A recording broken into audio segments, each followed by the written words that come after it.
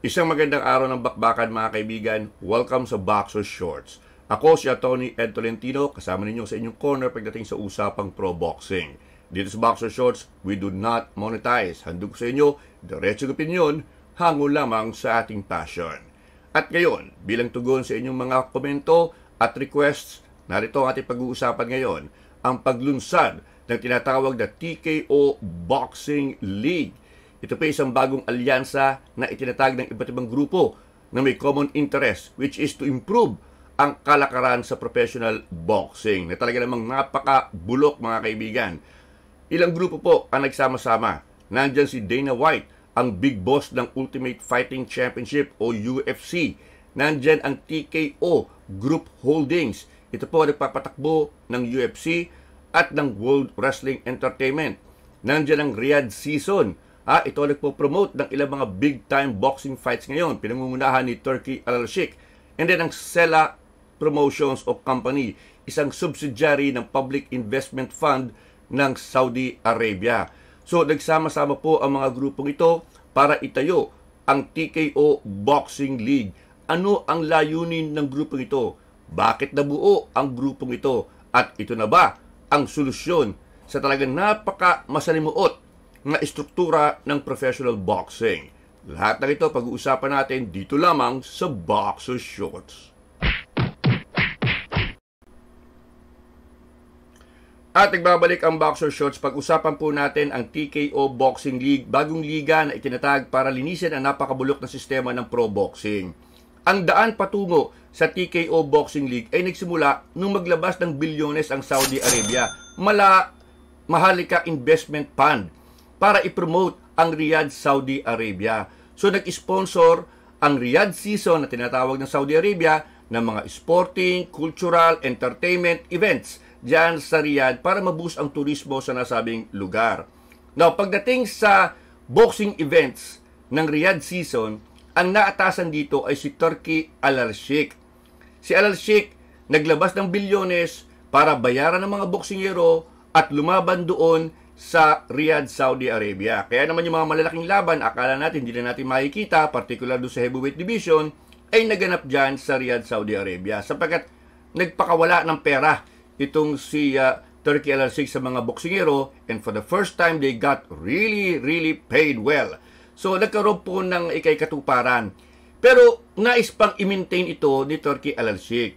So, ang original plan, mga kaibigan, was to call the top bosses ng WBC, WBA, WBO at IBF, the Big Four, at yung mga top promoters, para magkaroon sila ng isang formal na kontrata kung saan magkakaroon sila ng common vision at plano para sa boxing. That was the original plan of Turki Al-Sheikh. Pero alam nyo, na-disillusion yung mama. Paano ba naman? Gumastos siya ng bilyones para magkaroon ng undisputed title fight. Pag nagkaroon na ng undisputed champion, tatanggalan lang ng corona ng mga pesting organization na ito, sapagkat ang gusto nilang i-promote yung sarili nilang bata. Naalala niyo yung laban ni Alexander Usyk at ni Tyson Fury for the undisputed heavyweight championship? After more than 20 years, nagkaroon na tayo ng undisputed heavyweight champion nang talunin ni Usyk si Tyson Fury. Ano ang ginawa ng IBF? Tinrete na tanggalan ng corona si Usyk kapag hindi nilabanan yung kanilang number 1 rank contender na wala naman nakakakilala. So si Usyk, nabuisit. Ito na, yung IBF nyo, saksak nyo sa baga nyo. Yan ang sabi ni Alexander Usyk. So, imagine niyo, ito'y ginastosan ng bilyones ni Turki Al-Sheikh para magkaroon ng undisputed heavyweight champion. Tatanggalan lang ng corona ng IBF na parang gano'n na lang. Yung kaso ni Canelo Alvarez, undisputed super middleweight champion, tinanggalan ng IBF ng corona. Tinanggalan dahil daw ayaw labanan yung William Skull, yung kanilang bata na hindi naman kilala. So, ano nangyari dito? Nawala yung pagiging undisputed champion ni Canelo Alvarez. And ngayon, maglalaban si Skull at si Alvarez kasama ang IBF title na dapat naman kay Alvarez talaga from the very start. So nakita nyo, na-disappoint si Turki Al-Sheikh. Nabwisit, ang hirap kausapin ng mga organizations. Yung aking pinaghirapan, binabaliwala. Yung mga promoter, ayaw pakawalan yung mga bata nila. Laging pinoproteksyonan. So nabwisit na yung mama. And sabi nga nila, if you cannot join the group, dahil magulo yung grupo, you set up your own group. Diyan po nabuo ang TKO Boxing League. Tumawag na ng tulong itong si Turki Al-Sheikh at rumispande itong si Dana White ng UFC, yung TKO group holdings na nagpapatakbo sa UFC at sa MMA. And of course, isa pang grupo sa Saudi Arabia, yung Sela Company. So, they joined forces na to put up TKO Boxing League. Ayaw tumulong ng mga nasa boxing di magtatayo nila ako ng akin. Ganyan na naging sistema ng TKO Boxing League. Ambisyoso ang plano ng TKO Boxing League, mga kaibigan. Number 1, magkakaroon ng undisputed champion sa bawat division. Hindi na po pwede yung isang division, 4 ang world champion. Ang gusto ng TKO Boxing, 1 champion na lang per division. Ngayon mga kaibigan, 4 na champions in 1 division. Yung WBA nga may regular champion, may super champion. Nakakagulo na, di ba mga kaibigan? Ang gulo. Miski si Floyd Mayweather, ang dami ng boksingero nagsasabi, napakaraming division, napakaraming titulo sa boxing. Parang lahat na lang may titulo. So tatanggalin na yan. 1 champion na lang per division. Para nung unang panahon, isang champion lang talaga. Pag sinabi mong Rocky Marciano, heavyweight champion. Pag sinabi mong Sugar Ray Robinson, yan ay middleweight champion. Walang kasosyo sa trono. Pangalawa, babawasan ang mga division sa boxing. Sapagkat napakaraming division sa boxing. Bakit ba ang daming division? Kasi po yung mga boksingero, kapag sila lumaban para sa WBA, WBC, WBO, IBF title, nagbabayad sila ng tinatawag na sanctioning fee. Merong bayad yan, hindi po libre yan. May bayad yan, may kaltas yan sa iyong premyo kapag ikilubaban para sa WBA title. Kung wawalo lang ang division sa boxing, yung po original 8 lang ang division sa boxing kung 8 lang, di 8 sanctioning fee lang ang makukuha mo. Kung maraming division, maraming sanctioning fee ka na makukuha. So, yan pong pagdami ng division sa boxing, yan po'y komersyal ang ugat sapagkat gustong kumita ng todo-todo ng mga boxing organization. The more titles, the more bayad. Kaya po, nagkikreate sila ng sandamukal na division. Yan po ay babawasan na. Kumbaga, masyado ng mataba ang boxing, kailangan nang ilagay sa diet para mas competitive at mas maganda. Now, pangatlong plano mga kaibigan is to improve yung kalidad ng mga boksingero at mga laban. Paano ito gagawin? Papipirmahin ng TKO Boxing League ang top 150 o 160 prospects sa boxing. Ito mga prospect na ito mga kaibigan ay bibigyan ng access sa mga world-class training facilities ng UFC. So they will undergo training sa top-notch facilities. Kasi kung ikay batang boksingero, bago ka pa lang, wala kang access sa mga magagandang training facilities, pag pumasok ka sa TKO Boxing, bibigyan ka ng access o ticket sa magagandang facilities nila. So, matitrain ka ng maayos. Itong top 160 boxers na ito ay maglalaban-laban para mag-improve ang kanilang ranking. So, ano nakikita natin? Ito yung pang-4. Magkakaroon ng unified ranking system sa boxing. Sa ngayon, mga kaibigan, may kanya-kanyang ranking ang bawat organization at hindi pare-pareho ang ranking nito. Kaya halatang-halata, may nababayaran para tumaas ang ranking. Kasi merong isang magaling na boksingero, ang baba ng ranking. Merong isang boksingero na puro magtataho ang nakalaban, number 1. Halatang-halata mo may binayaran, kaya ang taas ng ranking. Ngayon po mga kaibigan, unified ranking and based on performance, hindi sa connection mo sa organization. Walang politika. Kung maganda ang iyong performance, tataas ka sa ranking at doon ka mabibigyan ng shot sa undisputed champion, sa nag-iisang kampiyon. So magandang plano ito mga kaibigan, ambisyoso, at ngayon pa lamang meron ng umuulong na posisyon.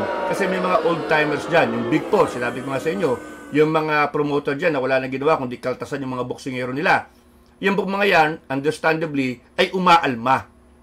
So pag-usapan po natin yung kanilang mga argumento dito sa TKO Boxing. At ano ang isang bagay na maaaring magpabago sa ihip ng hangin at pumabor sa TKO Boxing. Pag ito nagawa ng paraan ng TKO Boxing, lahat ng boksingero, garantisado, lipat na sa TKO Boxing. Yan po pag-uusapan natin sa susunod na chapter ng Boxer Shorts.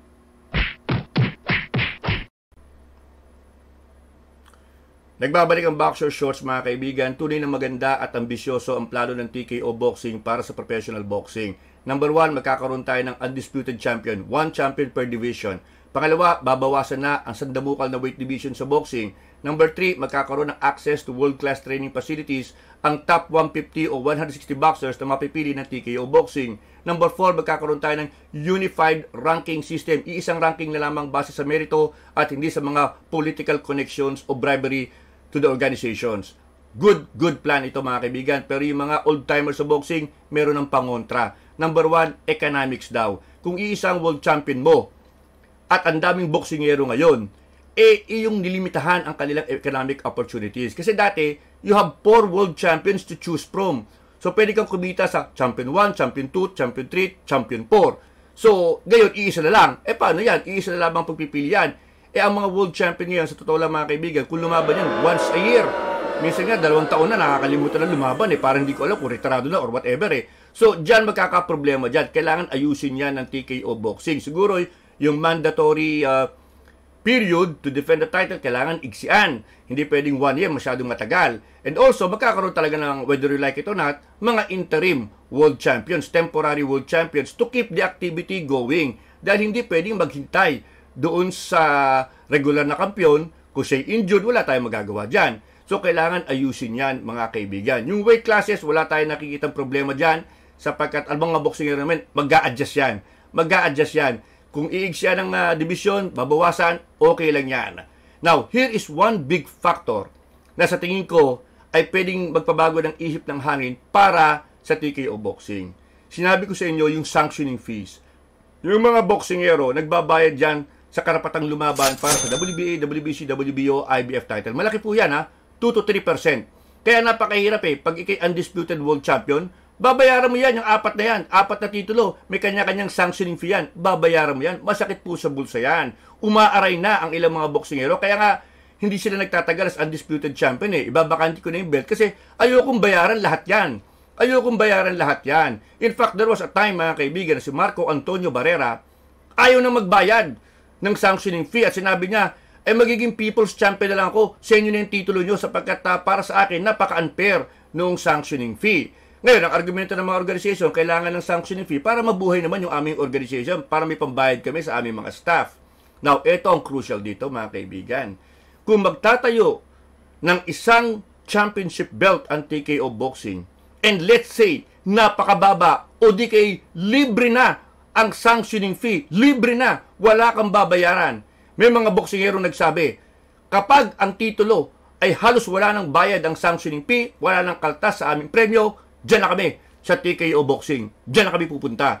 Ang laking bagay po yun. Ang laking bagay yun. And remember, pinatunayan na ni Turki Al-Sheikh na kaya kong magbayad ng malaki sa mga boksingero. Napatunayan na yan. Yun ang magandang ginawa ni Al-Sheikh nagpamudbud siya ng pera. So ngayon yung mga boksingero yung kumbinsido na may pera itong Riyadh season. Alam nila, kaya magbayad niyan. Yung mga pay-per-view, pinababa ni Turki Al-Sheikh. So kung yung sanctioning fee, kung sabihin ni Al-Sheikh, libre na yan. Hindi na kayo magbabayad. Sa inyong paglaban sa isang kampyonato namin, dito libre. Walang sanctioning fee. Kung mag-anunsyo siya ng ganun, lahat ng boksingero lipat na. May okay to. Ang laki na ng bayad namin. Wala pang kaltas yung organization. Diyan tatamaan ang Big Four, mga kaibigan. Sapagkat diyan sila kumikita. Diyan sa buwisit na sanctioning fee na yan na talagang kinakaltas pa. Napaka-unfair. Pero in any event, pag yan inayos, that's a big boost for TKO Boxing. At yan po ang buod ng ating Boxer Shorts for today. Naway narigdagan ang inyong kaalaman dito sa paglunsad ng TKO Boxing. Is it good? Is it bad for boxing? Ito lang gusto kong sabihin. Palpak ang sistema ng boxing ngayon.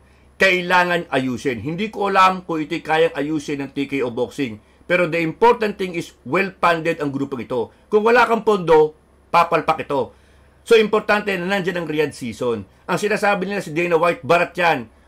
Walang mangyayari dyan. Hindi problema si Dana White sapagkat ang pera ay manggagaling sa Riyadh season. Ang magpapakawala dyan ay ang Riyadh season. Most likely, parang manager lang, day-to-day operations lang sila Dana White. Ang pera manggagaling sa Riyadh season. If there is money, mariresolve ba? I hope mag-push through ito sapagkat magandang plano ito sa pro boxing. Makikilala mo na kung sino ang mga world champions. Mas competitive ang mga boksingero. Ilang weight classes na lang kaya mo natutukan. It will translate to more followers sa boxing. Kailangan lang i-address yung sinasabi kong economic side. Yung paminsang-minsang laban at kawalan ng oportunidad para sa mga challengers sapagkat iisang world champion na labang ang pagpipilian. Kailangan ayusin ito. So yan po mga kaibigan ng Boxer Shorts, naway may natutunan kayo para sa ating episode for today. Salamat sa inyong pagsubaybay dito sa ating munting YouTube channel. I did promise, we get 100,000 subscribers, we'll do this regularly. Maraming salamat, stay safe. Ako si Tony Ed Tolentino nagsasabi, walang personalan, buntalan lang.